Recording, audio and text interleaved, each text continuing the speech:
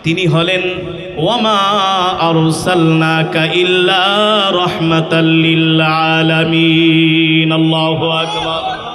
ওয়ামা আরসালনাকা ইল্লা রাহমাতাল লিল আলামিন।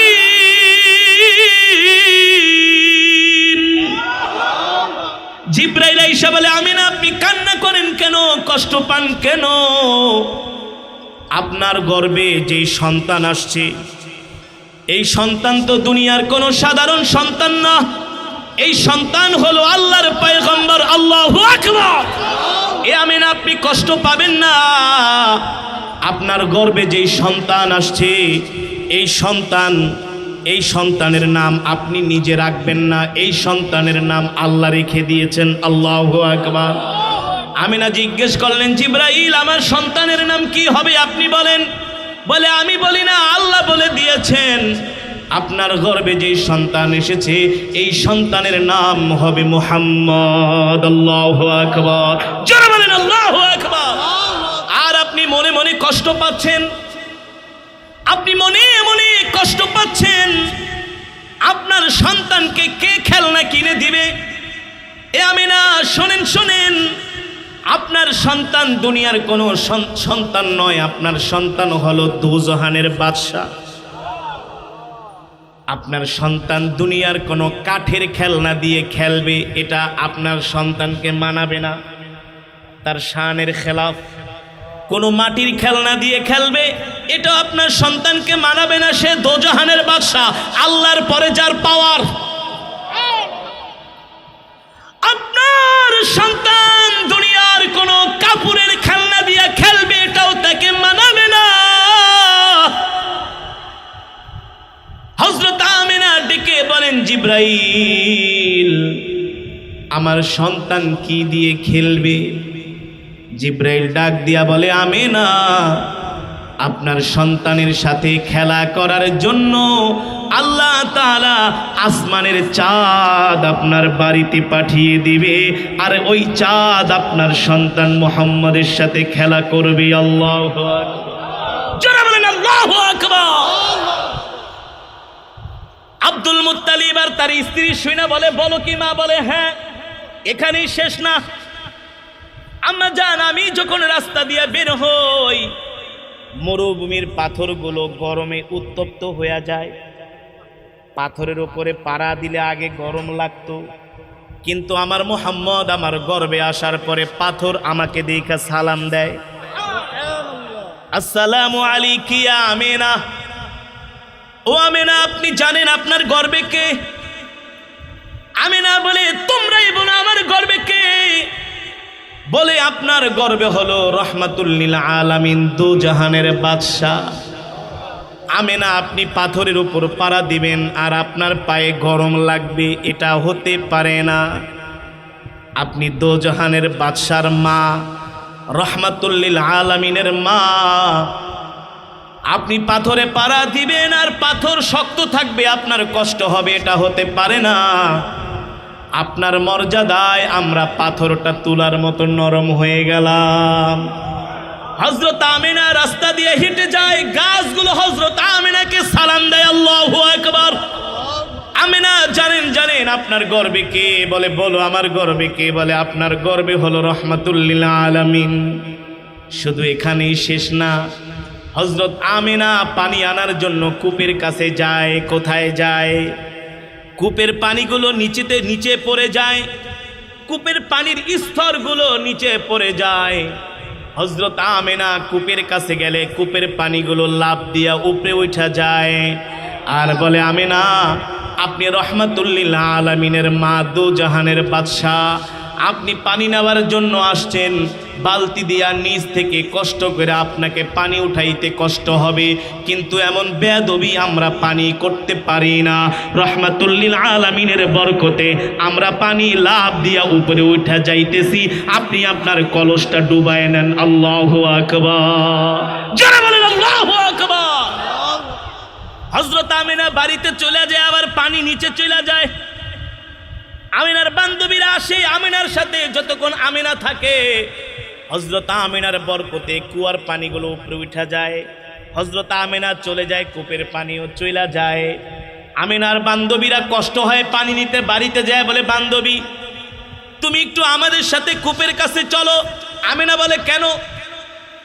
বলে, তুমি যতক্ষণ কূপের কাছে থাকো ততক্ষণ কূপের পানিগুলো উপরে থাকে, আর তুমি চইলা আসলে পানিগুলো নিচে নেমে যায়। তুমি দাঁড়ায় থাকো, আমরা আমাদের পানির মশগুলো ভরি, আমাদের পানির গ্যালানগুলো ভরি, এর বিনিময়ে আমরা তোমার কলসটা তোমার বাড়িতে পৌঁছে দিয়ে আসবো। আল্লাহু আকবার। সম্মানিত হাজিরিন, আল্লাহ তাআলা কোরআনের মধ্যে সেই কথাই বলেছেন, কুল ইন কুনতুম তুহিব্বুনাল্লাহা ফাত্তাবিউনি ইউহিব্বুকুমুল্লাহ ওয়া ইয়াগফির লাকুম যুনুবাকুম ওয়াল্লাহু গফুরুর রহিম। আল্লাহু আকবার। আল্লাহ তাআলা বলে, এ নবী, দুনিয়ার মানুষদেরকে বলে দেন, আমার প্রিয় হাবিব, তারা যদি আল্লাহকে পেতে চায়, আল্লাহর ভালোবাসা পেতে চায়, সর্বপ্রথম যাতে আপনার সাথে সম্পর্ক করে। ঠিক কিনা বলেন?